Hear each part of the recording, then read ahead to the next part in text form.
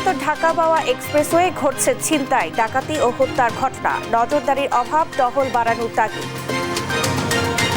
উপদেষ্টা এএফ হাসান আরিফের জীবনাবসান, রাষ্ট্রপতি ও প্রধান উপদেষ্টার শোক। আজ হাইকোর্টে দ্বিতীয় জানাজা। আইন অঙ্গনে এমন সজ্জন, বিদ্বান, ভদ্র, প্রাজ্ঞ একজন আইনজীবী খুঁজে পাওয়া আসলেই দুষ্কর। এই গণতন্ত্র উত্তরণের যে পথ, যে কাজ শুরু হয়েছে, এই সময়ে তার খুব বেশি প্রয়োজন ছিল বলে আমরা মনে করি। সংস্কারের নামে নির্বাচনে বিলম্ব চায় না জনগণ, বলছে বিএনপি। তাড়াহুড়ো নয়, যথেষ্ট সময় দিতে চায় জামায়াত। মাদারীপুরে মামলা বাণিজ্য, গণ অভ্যুত্থানে হত্যা মামলায় ফাঁসছেন সহযোদ্ধা, তদন্তে বাদ পড়বে নিরপরাধী, বলছে পুলিশ। এবং বান্দরবানে নাইখংছড়ির ইউপি চেয়ারম্যানের নানা অনিয়ম, জামিনে বেরিয়ে জড়াচ্ছেন দুর্নীতিতে, অপসারণ দাবি।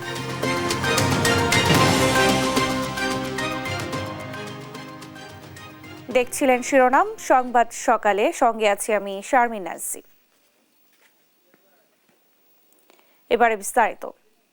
অরক্ষিত ঢাকা মাওয়া এক্সপ্রেসওয়ে প্রায়ই ঘটছে ছিনতাই, ডাকাতি ও হত্যার মতো ঘটনা। আইন শৃঙ্খলা বাহিনীর নজরদারি না থাকার অভিযোগ স্থানীয়দের। এই ধরনের ঘটনা রোধে মহাসড়কের সমন্বিত উদ্যোগের কথা জানিয়েছে হাইওয়ে পুলিশ। সুমিত সরকারের প্রতিবেদন, জানাচ্ছেন নুসরাত শোভা। পদ্মা সেতু হয়ে দেশের দক্ষিণ পশ্চিমাঞ্চলের 23 জেলার প্রবেশপথ ঢাকা মাওয়া এক্সপ্রেসওয়ে। তবে এটি এখন যেন অপরাধের আখড়া। চলতি বছর এক্সপ্রেসওয়েতে অন্তত অর্ধশতাধিক ছিনতাই, ডাকাতি ও হত্যাকাণ্ডের ঘটনা ঘটেছে। সর্বশেষ গেল 30 নভেম্বর এক্সপ্রেসওয়েতে এক তরুণীকে গুলি করে হত্যার ঘটনা জনমনে আতঙ্ক ও নানা প্রশ্নের জন্ম দেয়। কয়েকদিন আগে যে পদ্মা সেতুর কাছাকাছি আমাদের শ্রীনগরে একটা মেয়ের প্রকাশ্য দিবালোকে 5টা গুলি করে হত্যা করেছে। আপনার মতন মানুষ চশমা বলো ইকলো একটা দেখা যাচ্ছে উনি যাত্রী, কিন্তু উনি যে চোর এটাকে বোঝার কোনো উপায় নাই। ওনার হাতে কেমিক্যাল থাকে, না ইঞ্জেকশন থাকে, যে কোনো মাধ্যমে আমাদের গাড়ি নেওয়া যায়। স্কুল কলেজের মেয়েরা যখন চায় এরা ইফচিটিং এর শিকার হয়। মহাসড়কের মুন্সিগঞ্জ প্রান্তের দোগাছি, সমসপুর, নিমতলা ও শ্রীনগর বাজার সহ অন্তত 5টি পয়েন্টে সড়ক বাতি একেবারেই অচল। অধিকাংশ স্থানে বিকল সিসিটিভি ক্যামেরাও। এই সুযোগকেই কাজে লাগায় অপরাধীরা। আইন শৃঙ্খলা বাহিনীর নজরদারি না থাকায় মহাসড়ক রাতে অরক্ষিত হয়ে পড়ে বলে অভিযোগ স্থানীয়দের। এক্সপ্রেসওয়েতে যে ফ্লাইওভারগুলো রয়েছে এর বাইরে কোনো বাতি নেই। রাতের বেলাতে যারা চলাচল করে এখানে অপরাধটা বেশি সংঘটিত হয়। এখানে অটো ছিনতাই করে অটো চালকদেরকে হত্যা করা হয়েছে এবং সিএনজি যাত্রীদের ছিনতাইয়ের ঘটনা ঘটেছে। ছিনতাইটা বেশিরভাগই হইল আপনার বিলতারা রাস্তার, তারপরে হইল আপনার হাসারা, তারপরে হইল চাইলতাপাড়া, তারপরে হইল ঝিলমিল, মানে এই সব জায়গায় হইল আপনার ছিনতাইটা বেশি হয়। অপরাধ প্রবণতা কমিয়ে আনতে মহাসড়কে টহল জোরদারের কথা জানিয়েছে হাইওয়ে পুলিশ। আমরা টহলটাকে আরো জোরদার করার জন্য একটা উদ্যোগ গ্রহণ করেছি। রাস্তায় যে সিসি ক্যামেরাগুলো ছিল সেগুলো বিকলগুলো এবং যেখানে যেখানে আমাদের প্রয়োজন এটাকে আইডেন্টিফাই করতে সক্ষম হয়েছি। সড়ক বাতি বাড়ানো ও বিকল সিসিটিভি ক্যামেরা সচলের আশ্বাস দেয় সড়ক ও জনপথ কর্তৃপক্ষ। গুরুত্বপূর্ণ পয়েন্টে যে সড়ক বাতিগুলো রয়েছে সেগুলোর মধ্যে কোনো বাতি যদি অকেজ বা নষ্ট হয়ে যায় সেগুলো আমরা পর্যায়ক্রমে সবগুলো মেরামত করার ব্যবস্থা নিচ্ছি। এক্সপ্রেসওয়ে নিরাপদ রাখতে রাতে টহল বাড়ানোর পাশাপাশি নিয়মিত যৌথ বাহিনীর অভিযানের তাগিদ স্থানীয়দের। নিউজ ডেস্ক, দেশ টিভি। সাভারে চলন্ত বাসে যাত্রীদের জিম্মি করে টাকা, মুঠোফোন, স্বর্ণালংকার ডাকাতির ঘটনা ঘটেছে। শুক্রবার সন্ধ্যায় ঢাকা আরিচা মহাসড়কের বিপিএটিসির সামনে এই ঘটনা ঘটে। যাত্রীরা জানায়, শুক্রবার বিকেলের দিকে ওয়েলকাম ব্যানারের যাত্রীবাহী একটি বাস ঢাকার মতিঝিল থেকে চন্দ্রার উদ্দেশ্যে ছেড়ে আসে। সন্ধ্যা 6:30টায় বাসটি সাভারে বিপিএটিসির সামনে পৌঁছালে 3 থেকে 4 জনের ছিনতাইকারী দল বাসে উঠে। এ সময় তারা ধারালো দেশীয় অস্ত্র ঠেকিয়ে কয়েকজনকে জিম্মি করে। পরে বাসে থাকা 15 থেকে 20 জন যাত্রীর কাছ থেকে টাকা, মুঠোফোন ও স্বর্ণালংকার ছিনিয়ে নেয়। কয়েকজন বাধা দেওয়ার চেষ্টা করলে তাদের মারধর সহ ছুরিকাঘাত করে। পরে ছিনতাইকারী দলটি জাহাঙ্গীরনগর বিশ্ববিদ্যালয়ের মীর মোশাররফ হোসেন হল সংলগ্ন ফটকের সামনে ঢাকা আরিচা মহাসড়কে নেমে যায়। আহতদের উদ্ধার করে সাভারের এনাম মেডিকেল কলেজ হাসপাতালে ভর্তি করা হয়। সাভার মডেল থানা পুলিশ জানায়, এই ঘটনায় তদন্ত শুরু করেছে তারা।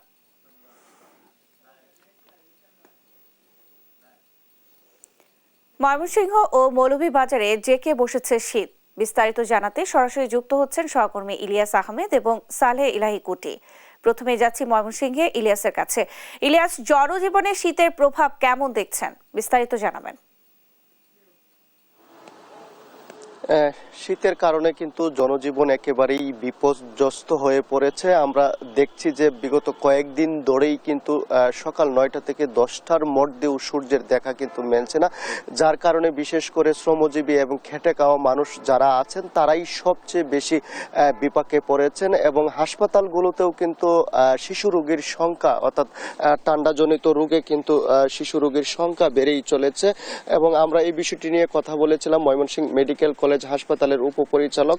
তিনি জানিয়েছেন যে বিগত কয়েকদিন ধরে তাদের 60 শয্যার বিপরীতে কিন্তু শিশু রোগীর সংখ্যা ভর্তি হয়েছেন প্রায় 5 শতাধিক, অর্থাৎ প্রত্যেকেই কিন্তু নিউমোনিয়া, ঠান্ডা জ্বরে আক্রান্ত, সেই বিষয়টি বলছিলেন। এবং তারা বলছেন যে শীতের তীব্রতার কারণেই কিন্তু শিশু রোগীর সংখ্যা দিন দিন বৃদ্ধি পাচ্ছে, সেই বিষয়টি বলছেন। অর্থাৎ মেঝেতেও কিন্তু হাসপাতালের টাই হচ্ছে না শিশু রোগীদের। এছাড়াও যারা শ্রমজীবী এবং খেটে খাওয়া মানুষ আছেন তারা কিন্তু অনেকটাই বিপাকের মধ্যে রয়েছেন। অর্থাৎ তারা বলছেন যে তারা প্রচন্ড শীতের কারণে কিন্তু তারা তাদের যে কর্মস্থল, সেই কর্মস্থলে উপস্থিত হতে পারছেন না এবং তাদের যে কর্মচাঞ্চলতা সেটি কিন্তু অনেকটাই কমে গেছে, যার কারণে কিন্তু তাদের পরিবার পরিজন নিয়ে অনেকটাই বিপাকে পড়তে হয়েছে। এবং আমরা এই বিষয়টি নিয়ে যারা সংশ্লিষ্ট কর্তৃপক্ষ রয়েছেন তাদের সঙ্গেও কথা বলেছিলাম। তারা বলছেন যে শীতের তীব্রতা হয়তো আরও বেশ কয়েকদিন বাড়বে, সেই বিষয়টি বলছিলেন। এবং যারা বিশেষ করে এখন কিন্তু গ্রাম অঞ্চলে কৃষি উৎপাদন করা হচ্ছে এবং কৃষকদের মাঝেও কিন্তু যে এই শীতের তীব্রতার কারণে কৃষকরাও কিন্তু অনেকটাই বিপাকের মধ্যে আছেন। তারা কিন্তু সকাল থেকে তাদের যে কাজ সেটি কিন্তু তারা নিয়মিত করতে পারছে না। এবং তারা বলছেন যে শীতের কারণে তাদের অনেকটাই বিপাকের মধ্যে কিন্তু পড়তে হয়েছে। এবং এইদিকে আমরা দেখেছি জেলা প্রশাসন সহ বিভিন্ন সংশ্লিষ্ট অধিদপ্তর কিন্তু শীত নিবারণের যে পোশাক সেটি কিন্তু তারা বিতরণ কার্যক্রম শুরু করেছেন। এবং সেটি যদিও প্রয়োজনে অপ্রতুল এবং শ্রমজীবী খেটে খাওয়া মানুষ বলছেন যে সেটি আরো ব্যাপক হারে বিতরণ করা প্রয়োজন বলে তারা বলছিলেন। এই ছিল আমার কাছে ময়মনসিংহের শীতের তীব্রতা নিয়ে সর্বশেষ। আমরা এই বিষয়ে জানতে এখন চলে যাব মৌলভীবাজারে, সেখান থেকে যুক্ত হবেন আমাদের সহকর্মী সালেহ ইলাহি কুটি। হ্যাঁ, ধন্যবাদ। মৌলভীবাজার, হাওর, পাহাড় এবং চা বিশিষ্ট এই জেলার শীতটা খুব বেশি অনুভূত হয় প্রতি বছরের ন্যায়। এবারও ডিসেম্বরের মাঝামাঝি সময় থেকে মৌলভীবাজারের যে শীতের তীব্রতা অনেকটাই বৃদ্ধি পেয়েছে। আবহাওয়া শ্রীমঙ্গল অফিসের সূত্রে জানা গেছে যেটুকু যে মৌলভীবাজার ডিসেম্বরের মাস থেকে, অর্থাৎ গত এক সপ্তাহ থেকে 11 ডিগ্রি থেকে 13 ডিগ্রি সেলসিয়াসের মধ্যে তাপমাত্রা উঠানামা করতেছে, যার কারণে শীতের তীব্রতা অনেকটাই অনুভূত হচ্ছে। এবং একটি বিষয় জানাতে চাই যেটি হচ্ছে যে প্রচণ্ড কুয়াশার কারণে অনেক সময় গাড়ি চলাচলে ব্যাহত হচ্ছে এবং মানুষের জনজীবন অনেকটা দুর্বিষহ হয়ে পড়ছে। বিশেষ করে খেটে খাওয়া মানুষ যারা, তারা এই ভোরবেলা যে প্রচণ্ড শীত অনুভূত হয়, যার কারণে ভোরে কাজে যাওয়ার ক্ষেত্রে তাদের অনেক প্রতিবন্ধকতার সৃষ্টি হয় এবং অনেকেই এতে আক্রান্ত হচ্ছেন এবং বিভিন্ন অসুখে। আপনাকে একটি বিষয় জানাতে চাই যে এই শীতের কারণে মৌলভীবাজার সদর হাসপাতাল সহ যে জেলার বিভিন্ন স্বাস্থ্য কমপ্লেক্সগুলো রয়েছে সেখানে রোগীদের সংখ্যা বৃদ্ধি পেয়েছে। ঠান্ডাজনিত রোগের দিন দিন প্রকোপ বৃদ্ধি পেয়েছে বলে আমাকে কর্তব্যরত চিকিৎসকরা আমাকে এই বিষয়ে জানিয়েছেন। কথা বলেছিলাম যারা শ্রমজীবী মানুষ রয়েছে তাদের সাথে, তারা বলছেন যে এই প্রচণ্ড শীতের কারণে তারা অনেক সময় কাজে দিতে পারছেন না, যার কারণে তারা অভাব অনটনে দিন কাটাচ্ছে এবং পরিবার পরিজন নিয়ে অনেকটা অনাহারে জীবনযাপন করছেন। কিন্তু বাস্তবতা এই শীতের প্রকোপের কারণে যে শ্রমজীবী মানুষকে সহযোগিতা করার যে কোনো বিষয় সেটা এখন পর্যন্ত পরিলক্ষিত হচ্ছে না। যদিও এখানে যে আমাদের চা বেষ্টিত জেলা, এই চা বাগানে যারা চা শ্রমিক রয়েছেন তারা বিশেষ করে এই শীতের কারণে ভোরবেলা কাজে যেতে হয়, ভোরে কাজে যাওয়ার ক্ষেত্রে তাদের নানা সমস্যার সৃষ্টি হচ্ছে এবং যে শীতের যে কাপড় সেটা তাদের অনেকটা সংকট রয়েছে। যদিও বিভিন্ন ব্যক্তি সংস্থার পক্ষ থেকে শীতবস্ত্র বিতরণ করা হয়েছে, সেটা প্রয়োজনের তুলনায় অত্যন্ত কম। আমি আপনাকে দেখাতে চাই যে এই যে আমাদের এই মৌলভীবাজার শহর, আমি শহরের পাশেই অর্থাৎ মৌলভীবাজার সদর উপজেলার সম্মুখে, যেটা আমাদের পৌরসভার 6 নম্বর ওয়ার্ডে আমি এখন আছি। এই রাস্তাটি হচ্ছে ঢাকা সিলেট সড়ক। এই সড়কে এখন পর্যন্ত যানবাহন তেমন একটা পরিলক্ষিত হয় নাই এবং শীতের কারণে অনেক মানুষজন এখন পর্যন্ত বের হন নাই ঘর থেকে, প্রয়োজনের কারণে ছাড়া কোনো মানুষই আসলে ঘর থেকে বের হন না। আর গত কয়েকদিন যাবৎ সূর্যের দেখা মিলে নাই। সূর্যের দেখা মিললেও যে সূর্যের যে তাপ, সেই তাপটা অনুভূত হয় না, যার কারণে শীতটা বেশি অনুভূত হচ্ছে এবং এতে মানুষের নানাবিধ সমস্যা হচ্ছে বলে আমি মানুষের সাথে কথা বলে জেনেছি এটুকুই। আর বাস্তবতা হচ্ছে যে আমাদের এই জেলা সদরে সহ চা বাগান বেষ্টিত যে জেলা শ্রীমঙ্গল সহ সারা জেলায় শীত অনুভূত হলেও শীতের যে নিবারণের জন্য প্রয়োজনীয় তুলনায় যে শীতবস্ত্র দেওয়া দরকার সেটা দেওয়া হচ্ছে না বলে অভিযোগ রয়েছে। এই হচ্ছে মৌলভীবাজারের শীত নিয়ে সর্বশেষ খবর। কুটি, আপনাকে ধন্যবাদ। সেই সঙ্গে ইলিয়াস, আপনাকেও ধন্যবাদ জানাচ্ছি। দর্শক, ময়মনসিংহ এবং মৌলভীবাজার থেকে আমাদের সঙ্গে যুক্ত হয়েছিলেন সহকর্মীরা, সেখানকার শীতের প্রভাব সম্পর্কে আমাদের জানাচ্ছিলেন। অন্তর্বর্তী সরকার উপদেষ্টা ও প্রবীণ আইনজীবী AF হাসান আরিফ আর নেই। শুক্রবার হৃদরোগে আক্রান্ত হয়ে মারা যান তিনি। তার মৃত্যুতে শোক জানিয়েছেন রাষ্ট্রপতি ও প্রধান উপদেষ্টা। ধানমন্ডিতে এশার নামাজ শেষে তার প্রথম জানাজা অনুষ্ঠিত হয়েছে। অংশ নেন প্রধান উপদেষ্টা ডক্টর মোহাম্মদ ইউনূস সহ উপদেষ্টা পরিষদের সদস্যরা। আজ সকাল 11টায় হাইকোর্টে হাসান আরিফের দ্বিতীয় জানাজা অনুষ্ঠিত হবে।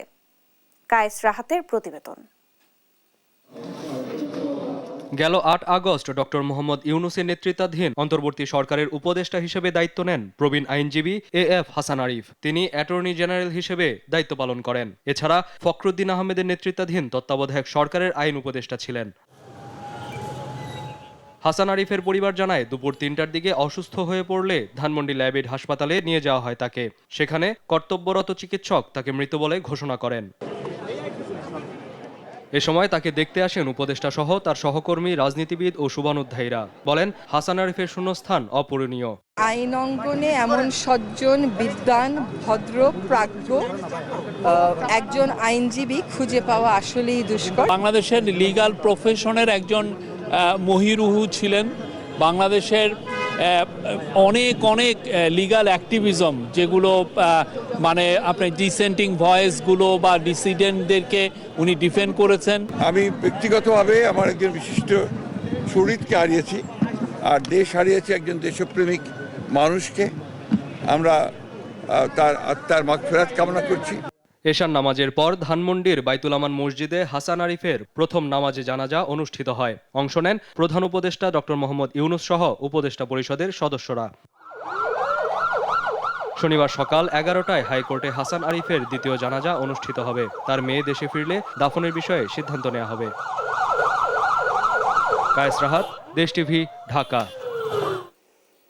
অন্তর্বর্তী সরকারকে মেপে চলার আহ্বান জানিয়েছেন বিএনপির সিনিয়র যুগ্ম মহাসচিব রুহুল কবির রিজভী। বলেছেন, কোনো ভুল হলে ইতিহাস ক্ষমা করবে না। বিপন্ন হবে দেশের স্বাধীনতা, সার্বভৌমত্ব। আর সংস্কারের নামে নির্বাচনের মাধ্যমে জনপ্রতিনিধিদের হাতে ক্ষমতা হস্তান্তরে বিলম্ব দেশের মানুষ প্রত্যাশা করে না বলে মন্তব্য করেছেন বিএনপি চেয়ারপারসনের উপদেষ্টা জয়নুল আবদিন ফারুক। সাইফুল রিপনের প্রতিবেদন। শুক্রবার রাজধানীর মোহাম্মদপুরের কাটাসুর এলাকায় 2024-এর ছাত্র জনতার অভ্যুত্থানে নিহতদের স্বজন ও আহতদের সাথে সাক্ষাৎ করে আমরা বিএনপি পরিবার। এ সময় ক্ষতিগ্রস্তদের হাতে আর্থিক সহায়তা তুলে দেয় সংগঠনটি। প্রধান অতিথির বক্তব্যে বিএনপির সিনিয়র যুগ্ম মহাসচিব রুহুল কবির রিজভী বলেন, 71, 75-এর 7 নভেম্বর, 90-এর গণ অভ্যুত্থান, 24-এর ছাত্র জনতার অভ্যুত্থান সহ দেশের সব অর্জনের গর্বের দাবিদার বিএনপি। এ দলের সাথে ছলচাতুরি করে কোনো লাভ হবে না। এই বিএনপিকে কখনো মাথা নোয়াতে পারবেন না। বিএনপির সাথে ছলচাতুরি করে কোনো লাভ হবে না। অন্তর্বর্তীকালীন সরকারকেও অত্যন্ত মেপে পা ফেলতে হবে। যদি ভুল হয় তাহলে কিন্তু ইতিহাস যেমন দেশের ভেতর থেকে ক্ষমা করবে না, বাইরের শত্রুরাও কিন্তু আমাদের কাউকেও ক্ষমা করবে না। এবং এই ক্ষমা না করতে গিয়ে আমাদের স্বাধীনতা বিপন্ন হবে, আমাদের সার্বভৌমত্ব বিপন্ন হবে, আমাদের দেশ হিসেবে টিকে থাকা বিপন্ন হবে। রিজভী বলেন, রাজনৈতিক দল গঠনের অধিকার সবার আছে, তবে রাষ্ট্রীয় পৃষ্ঠপোষকতায় কোনো রাজনৈতিক দল হলে গ্রহণযোগ্যতা হারাবে অন্তর্বর্তী সরকার। জাতীয় নাগরিক কমিটির এই নামে একটি রাজনৈতিক দল করা হচ্ছে, ঠিক ভালো কথা। রাজনৈতিক দল করার অধিকার সবার আছে, কিন্তু কেউ যদি গণতান্ত্রিক আন্দোলনের শেয়ার হোল্ডার হন, গণতন্ত্র যে একটি সমাজকে এগিয়ে নিয়ে যাওয়ার জন্য কিছু প্রত্যয় তৈরি করে, সেইটাকে শ্রদ্ধা করতে হবে। রাষ্ট্রের পৃষ্ঠপোষকতায় কোনো দলকে গঠন করার প্রক্রিয়া যদি হয়, তাহলে যে ক্রেডিবিলিটি এই সরকারের, সেই ক্রেডিবিলিটি কিন্তু নষ্ট হবে। এদিকে জাতীয় প্রেস ক্লাবে আয়োজিত এক আলোচনা সভায় অংশ নিয়ে অবিলম্বে নির্বাচনের রোডম্যাপ ঘোষণার দাবি করেন বিএনপি চেয়ারপারসনের উপদেষ্টা জয়নুল আবদিন ফারুক। অনুগ্রহ করে রোড ম্যাপ সুনির্দিষ্ট দিয়ে দেন, নির্বাচনের তারিখ ঘোষণা করে দেন। কে কি বললো এটাতে কিছু আসে যায় না, জনপ্রতিনিধিরাই ঠিক করবে কোনটা পুরোপুরি সংস্কার হবে, কোনটা হবে না। সাইফুল রিপন, দেশ টিভি, ঢাকা। পরীক্ষামূলকভাবে লিলিয়াম ফুল চাষ করে সফল বাগেরহাটে ফয়সাল। বিদেশি এই ফুল দেখতে ভিড় করছেন স্থানীয়রা।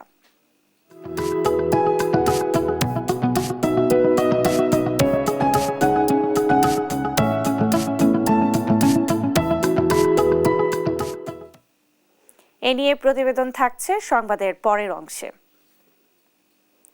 সংস্কার ছাড়া সুষ্ঠু নির্বাচন সম্ভব নয় বলে মন্তব্য করেছেন বাংলাদেশ জামায়াতে ইসলামী আমির ডাক্তার শফিকুর রহমান। কেরানীগঞ্জে জামায়াতের ঢাকা জেলার কর্মী সম্মেলনে প্রধান অতিথির বক্তব্যে তিনি এ কথা বলেন। এছাড়া দিনব্যাপী বিভিন্ন স্থানে জামায়াতের কর্মী সম্মেলন অনুষ্ঠিত হয়েছে। ফাহিম ইউসুফের প্রতিবেদন। শুক্রবার সকালে কেরানীগঞ্জে হয় ঢাকা জেলা জামায়াতের কর্মী সম্মেলন। সম্মেলনে জামায়াতের আমির ডাক্তার শফিকুর রহমান বলেন, স্বৈরাচার সরকার দেশ থেকে পালিয়ে গেলেও দেশের মানুষ এখনো চাঁদাবাজি থেকে মুক্ত হয়নি। যারা স্বৈরাচারের অপকর্ম চালিয়ে যাচ্ছে তারা জাতির শত্রু।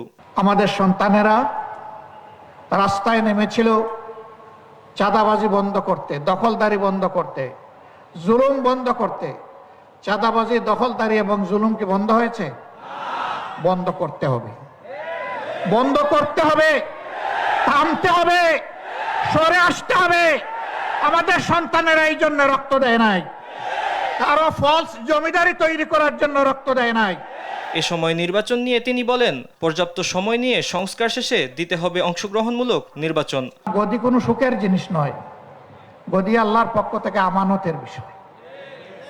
2 নম্বর হচ্ছে 17.5 বছরে যে জঞ্জাল সৃষ্টি হয়েছে, এই জঞ্জালের কতিপয় দিক এমন আছে যে এটা পরিচ্ছন্ন না করলে একটা সুষ্ঠু নির্বাচন কোনোভাবেই সম্ভব নয়। এদিকে তেজগাঁও থানা দক্ষিণের কর্মী সম্মেলনে কেন্দ্রীয় নির্বাহী পরিষদ সদস্য ও ঢাকা মহানগরী উত্তরের আমির মোহাম্মদ সেলিম উদ্দিন আগস্ট বিপ্লবীদের জাতীয় বীরের মর্যাদা দেওয়ার দাবি জানান।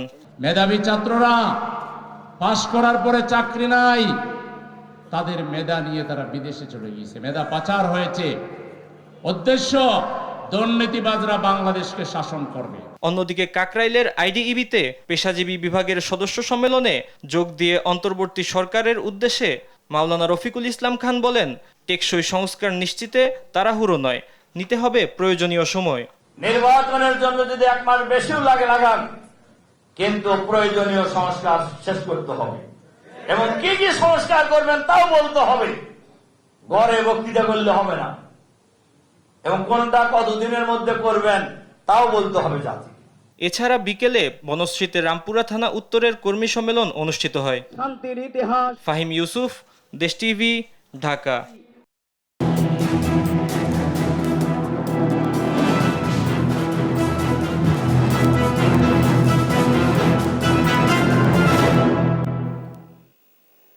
জীবন বাজি রেখে 24-এর বিপ্লব করে এখন সহযোদ্ধা হত্যা মামলার আসামি মাদারীপুরের অনিক। শুধু অনিক নয়, মাদারীপুর জুড়ে এমন মিথ্যা মামলা হয়রানিতে শত শত পরিবার। অধিকাংশ মামলার বাদীদের চেনে না নিহতের স্বজনরা। মিথ্যা মামলা বাণিজ্য ধারাবাহিকের আজ 13তম পর্ব। অনুসন্ধান করেছেন মাদারীপুর প্রতিনিধি শিব শঙ্কর, জানাচ্ছেন এম এ আসিম। মাদারীপুরে বৈষম্য বিরোধী ছাত্র আন্দোলনে স্লোগান তুলতেন অনিক হাওলাদার। এখন তিনিই নিহত সহযোদ্ধা হত্যা মামলার আসামি। আন্দোলন চলাকালে ঢাকায় নিহতের ঘটনায় তাকে আসামি করে মামলা করেছেন রনি শরীফ নামের একজন। অথচ ঘটনার সময় তিনি জীবন বাজি রেখে যুদ্ধ করছিলেন স্বৈরাচারের বিরুদ্ধে।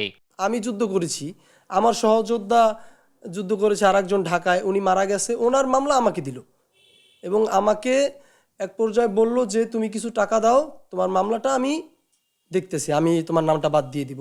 এমন মিথ্যা মামলা আর রমরমা বাণিজ্য চলছে মাদারীপুর জুড়ে। আন্দোলনে স্বজনহারা পরিবারগুলো মামলা না করলেও বিভিন্ন মহল মামলা করে ফাঁসিয়ে দিচ্ছে নিরীহ মানুষদের।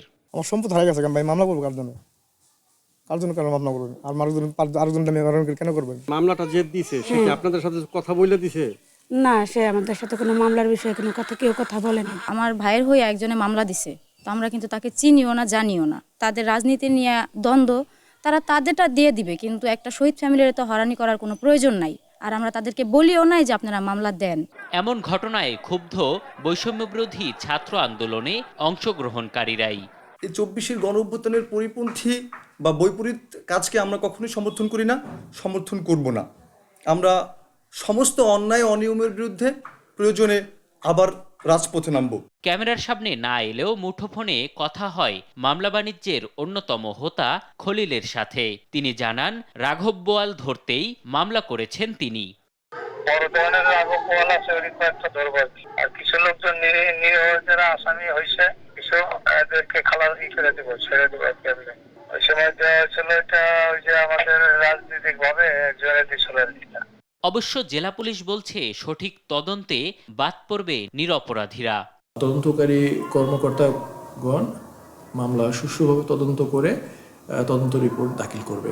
সেক্ষেত্রে কেউ যদি নিরপরাধ হন সেই বিষয়টি আমরা বিবেচনায় নেব। 24-এর বিপ্লবে গণহত্যার সঠিক বিচার নিশ্চিতে মামলা হয়রানি ও বাণিজ্য বন্ধ জরুরি বলে মনে করছেন ভুক্তভোগীরা। এম এ আজিম, দেশ টিভি, ঢাকা। বান্দরবানের নাইক্ষ্যংছড়ি উপজেলার দৌছড়ি ইউনিয়ন পরিষদের চেয়ারম্যান ব্যাপক অনিয়ম ও দুর্নীতির কারণে স্থানীয় জনগণ ও পরিষদ সদস্যরা অতিষ্ঠ হয়ে উঠেছেন। আওয়ামী লীগ আমলে অবৈধভাবে নির্বাচিত এই চেয়ারম্যানের বিরুদ্ধে সরকারি প্রকল্পে দুর্নীতি সহ নানা অনিয়ম করে অবৈধ সম্পদ অর্জনের অভিযোগ রয়েছে। স্থানীয়রা এখন পরিষদে তালা ঝুলিয়ে তার অপসারণ ও আইনি ব্যবস্থা নেওয়ার দাবি জানিয়েছেন। সহকর্মী আবুল বাশার নয়নের প্রতিবেদন, জানাচ্ছেন অঙ্কন চৌধুরী। বান্দরবানের নাইক্ষ্যংছড়ি উপজেলার দোস্তি ইউনিয়নের 4 নং ওয়ার্ড মেম্বার পদে পরাজিত হলেও পরে রাতের ভোটে ফ্যাসিস্ট সরকারের ইউপি চেয়ারম্যান নির্বাচিত হন মোহাম্মদ ইমরান। স্থানীয়রা জানান 16 বছর আগে তেমন কোনো সম্পদ না থাকলেও চেয়ারম্যান হওয়ার পর তিনি অনিয়ম, দুর্নীতি এবং সরকারি বেসরকারি টাকা আত্মসাৎ করে রাতারাতি হয়ে যান আঙুল ফুলে কলা গাছ। তার বিরুদ্ধে বিচারের নামে টাকা আদায়, ভিজিট বিতরণে অনিয়ম, রোহিঙ্গাদের জন্ম নিবন্ধন ও ভোটার তালিকায় অন্তর্ভুক্ত এবং সরকারি ঘর প্রদান সহ অন্যান্য কাজের নামে অবৈধ টাকা আদায়ের অভিযোগ রয়েছে। মানববন্ধনে না যাওয়ার জন্য এখানে আসার জন্য বলছে চেয়ারম্যানে, আমি প্রকল্প এখানে ফিরে যাচ্ছি, প্রকল্প আছে কিনা দেখছি, কোনো সিটিও আসে নাই, কোনো প্রকল্প আসে না। ইমরান চেয়ারম্যান তুই ভাই আরে গদ দিও বলি হয় আর তো 90,000 কোটি লইয়ে তখন চেয়ারম্যানরা গিয়ে হয়তো খরচা দিয়া পারিব, হয়তো 5 লাখ দিয়া পারিব, হামলা ইউনিয়নতো শেয়ার দিয়া পারিব, টিউনিয়নতো দিয়া পারিব, হনা হাইম দলত হতে গেলে 90,000 কোটি আজি। 5 আগস্টের নাশকতার মামলায় সম্প্রতি কারাভোগ করা এই জনপ্রতিনিধি জামিনে মুক্ত হয়ে আবারও তার দলবল নিয়ে ষড়যন্ত্রে লিপ্ত হয়েছেন।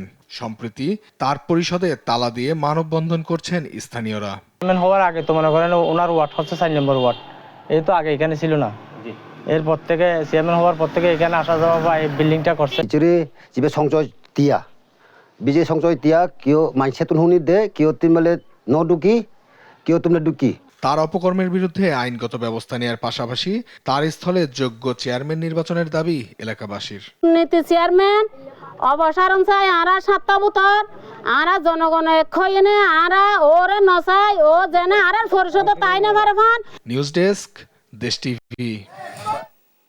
নেত্রকোনা শহরকে যানজট মুক্ত করতে বাইপাস সড়ক নির্মাণের উদ্যোগ নেওয়া হলেও ভূমি অধিগ্রহণ সহ নানা জটিলতায় দীর্ঘদিন আটকে ছিল কাজ। অবশেষে সে জট খুলেছে। পুরোদমে শুরু হয়েছে সড়ক নির্মাণ কাজ।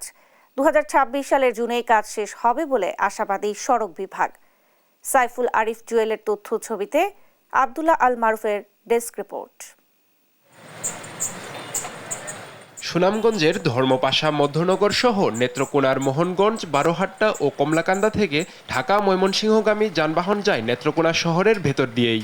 শহরের ছোট সড়কে ভারী যানবাহন চলাচলে প্রতিনিয়ত সৃষ্টি হয় যানজটের। নিরসনে 2022 সালে বাইপাস সড়ক নির্মাণের উদ্যোগ নেয় তৎকালীন সরকার। 13.2 কিলোমিটার দৈর্ঘ্যের সড়কটি শহরের বাংলা এলাকা থেকে শুরু হয়ে চল্লিশা হয়ে মিশে গেছে নেত্রকোনা ময়মনসিংহ মহাসড়কের সাথে। জমি অধিগ্রহণ সহ পুরো কাজের বরাদ্দ ধরা হয় 294 কোটি টাকা। কাজ পায় ঠিকাদারি প্রতিষ্ঠান তাহের ব্রাদার্স লিমিটেড ও মেসার্স জামিল ইকবাল। কাজ শুরু হয় 2022 সালের মে মাসে, শেষ হওয়ার কথা 2024 সালের জুনে। তবে জমি অধিগ্রহণ জটিলতায় আটকে যায় কাজ, ফলে সময় বাড়ানো হয় 2026 সালের জুন পর্যন্ত। গেল 5 আগস্ট সরকার পতনের পর আরেক দফা আটকে যায় প্রকল্পের কাজ। তবে সব বাধা কাটিয়ে সম্প্রতি পুরোদমে কাজ শুরু হয়েছে এ প্রকল্পের। ইতোমধ্যেই দৃশ্যমান সড়কের সেতু ও কালভার্ট নির্মাণ কাজ সম্পন্ন হলে ব্যবসা বাণিজ্যের পাশাপাশি কর্মসংস্থানের সুযোগ বাড়বে বলে আশা স্থানীয়দের। যদি এই রাস্তাটা কমপ্লিট হয়ে যায় তাহলে আমরা এদিকে 500 এলাকা লোকজন আছে, এখান থেকে কষ্ট করে আপনি ঢাকা বাস স্ট্যান্ড যাইতে হইব না বা 40 যাইতে হইব না, আমরা এখান থেকে সরাসরি গাড়ি পাবো। জায়গার মান বাড়বে, এটা অবশ্যই, এটা তো আর কোন লাগে না, তো এটা তো অবশ্যই জায়গার মান তো বাড়বে। এই রাস্তাটা হওয়াতে সকলের একটা জীবনযাত্রার মান কিন্তু বেড়ে গেছে। ওইখানে কাটা প্রতি জমির দাম ছিল 1 লক্ষ 1.5 লক্ষ টাকা, 10% জমি। এখন ওই জায়গায় 1% এখন 5 লক্ষ 6 লক্ষ টাকা দাম হচ্ছে, কিন্তু মানুষ জমি বিক্রি করতেছে না। কারণ এই জায়গায় এখন শিল্পায়নের একটা মানুষ পরিকল্পনা নিচ্ছে, শিল্পায়ন হবে, শিক্ষা প্রতিষ্ঠান হবে। কোনো বাধা না থাকায় নির্ধারিত সময়ে কাজ শেষ হবে বলে জানান সড়ক ও জনপথ বিভাগ। ভূমি অধিগ্রহণ সংক্রান্ত বিষয়গুলো ছিল, এগুলো এখন প্রায় শেষ পর্যায়ে চলে এসেছে।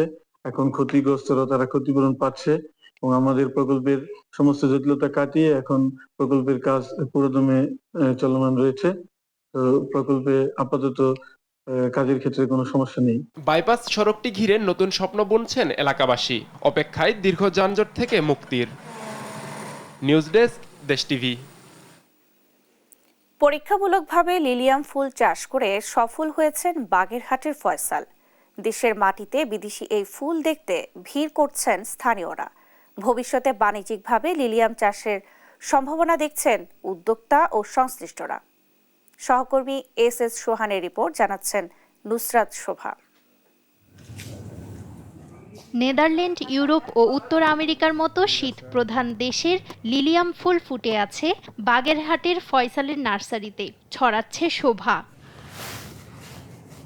নেদারল্যান্ড থেকে 200টি কন্দ এনে 1% জমিতে পরীক্ষামূলকভাবে চাষ শুরু করেন মোল্লাহাটের গাফরা গ্রামের কৃষি উদ্যোক্তা ফয়সাল আহমেদ। সাধারণত 2 মাসে ফুল আসার কথা থাকলেও তার বাগানে ফুল এসেছে মাত্র 34 দিনে। বিদেশি এই ফুল দেখতে ভিড় জমাচ্ছেন স্থানীয়রা। নতুন ফুলের চাষ বাইরে থেকে আসছে, ফুলটা এটা দেখার জন্য মূলত আসছি। আসে আমার দেখে খুব ভালো লাগছে ফুলটা। আমি এখানে আসছি যে লিলিয়াম ফুলের একটা চারা রোপণ করছে, এখানে আমি দেখতে আসছি মধ্যবর্তী একগ্রাম নার্সারিতে। এই ফুল সম্পর্কে আমি কিছু অভিজ্ঞতা লাভ করলাম যে এখানে কোনো রাসায়নিক সার প্রয়োগ ছাড়াই শুধুমাত্র ভার্মি কম্পোস্টের মাধ্যমে অনেক সুন্দর একটা চারা রোপণ করা হয়েছে।